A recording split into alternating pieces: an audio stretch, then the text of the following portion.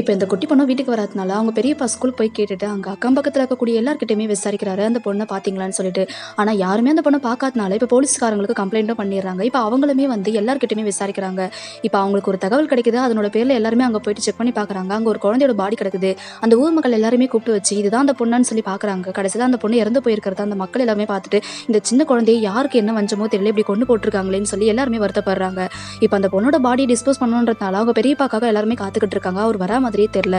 கொஞ்ச நேரம் கழிச்சு அந்த பெரியப்பாவும் வராரு. ஆனா குடிச்சிட்டு ஃபுல் போதையில வரதுனால, அங்க இருக்கக்கூடிய கண்ணீர் அஞ்சலி போஸ்டர் பார்த்த உடனேவே, என் குழந்தை இறக்கல, யார் இப்படி போட்டது அப்படின்னு சொல்லி எல்லாத்தையுமே கிழிச்சு கடாசுறாரு. அங்க இருக்கக்கூடிய மக்கள் எல்லாருமே உன்னோட பொண்ணு இறந்துட்டான்னு சொல்லிட்டு அந்த பாடி காட்டுறாங்க. அதை பார்த்த உடனேவே அவருக்கு பயங்கர அழ வருது. என்னோட குழந்தை யார் இப்படி கொண்டது அப்படின்னு சொல்லிட்டு. இப்ப போலீஸ்காரங்களும் மறுநாள் இவ எப்படி இறந்திருப்பா அப்படின்னு சொல்லிட்டு சிசிடிவி ஃபுட்டேஜ் எதனா கிடைக்குதான்னு சொல்லி செக் பண்ணி பார்த்திருப்பாங்க. அதுல அந்த குழந்தையோட லாஸ்ட் ஃபுட்டேஜ் ஒன்று பதிவாயிருக்கும். இப்ப போலீஸ்காரங்களுமே அந்த பர்சனை கூப்பிட்டு, நீ தான் லாஸ்ட் அந்த குழந்தைய பார்த்திருக்க, என்ன பண்ண அப்படின்னு சொல்லி கேட்கும்போது, நான் லாஸ்ட் அந்த குழந்தைய பார்த்தா அதுக்காக நான் தான் கொண்டுன்றதுக்கான எந்த ஒரு அட்டாச்சுமே இல்ல அப்படின்ற மாதிரி அவனும் சொல்றான். இதை கேட்டதுமே போலீஸ்காரங்களுக்கோ ஒரு சந்தேகம் வருது.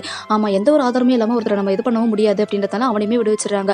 ஆனா இந்த பெரியப்பாவோ அது எல்லாத்தையுமே டிவில இருந்து பார்த்துட்டு, கண்டிப்பா இவன் தான் என் குழந்தை ஏதாச்சும் பண்ணிருப்பா அப்படின்னு சொல்லி யோசிக்கிறாரு. ஆக்சுவலி இவங்க ரெண்டு பேருக்குமே ஏற்கனவே ஒரு சின்ன முன்பகை இருந்திருக்கும். அதனால கூட இவன் இப்படி பண்ணிருக்கலாம் அப்படின்ற மாதிரி அவருமே யோசிக்கிறாங்க. இப்ப அந்த சந்தேகப்பட்ட பர்சனை போலீஸ்காரங்க இவனா இருக்க முடியாது அப்படின்னு சொல்லிட்டு அவனை விட்டுறாங்க. இதனால ஊர்க்காரங்க எல்லாருமே அவனை பார்த்துமே இவன் கண்டிப்பா அந்த குழந்தையை கொள்றதுக்கான வாய்ப்பு இருக்குன்னு சொல்லிட்டு யாருமே அவங்ககிட்ட சரியா பேசுறது இல்ல. எல்லாருமே அவன் மேல பழிய மட்டும் தான் போடுறாங்க. ஆனா ஒரு டீ கடைக்காரர் மட்டும் கண்டிப்பா இவன் அந்த வேலையை பண்றவன் கிடையாது, எனக்கு இவனை பத்தி நல்லாவே தெரியும்னு சொல்றாங்க. இப்ப இந்த குட்டி பொண்ணோட பெரியப்பாவும் இவன் தான் கண்டிப்பா அதை பண்ணிருப்பா அப்படின்னு சொல்லிட்டு நைட்டோட நைட்டா அவனோட வீட்டுக்கு போயிட்டு வெளியில தீ வச்சுட்டு வந்துடுறாரு. அந்த குட்டி பொண்ணோட பெரியப்பாவை தீ வச்சதுனால அந்த ஜெயில தூக்கி அடைச்சிடறாங்க. அதே இடத்துல தான் அந்த பர்சனையுமே விசாரணைக்காக கூட்டிட்டு வந்து அதே இடத்துல தான் அடைக்கிறாங்க.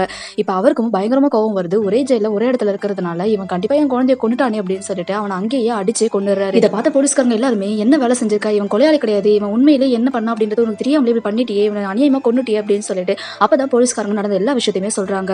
இதுக்கப்புறம் என்ன நடந்துச்சு அப்படின்றது தெரியணும்னா மறக்காம சப்ஸ்கிரைப் பண்ணிக்கோங்க கைஸ். இதுக்கப்புறம் நடக்கக்கூடிய ஒரு ட்விஸ்ட் தான் மிகப்பெரிய ட்விஸ்ட்.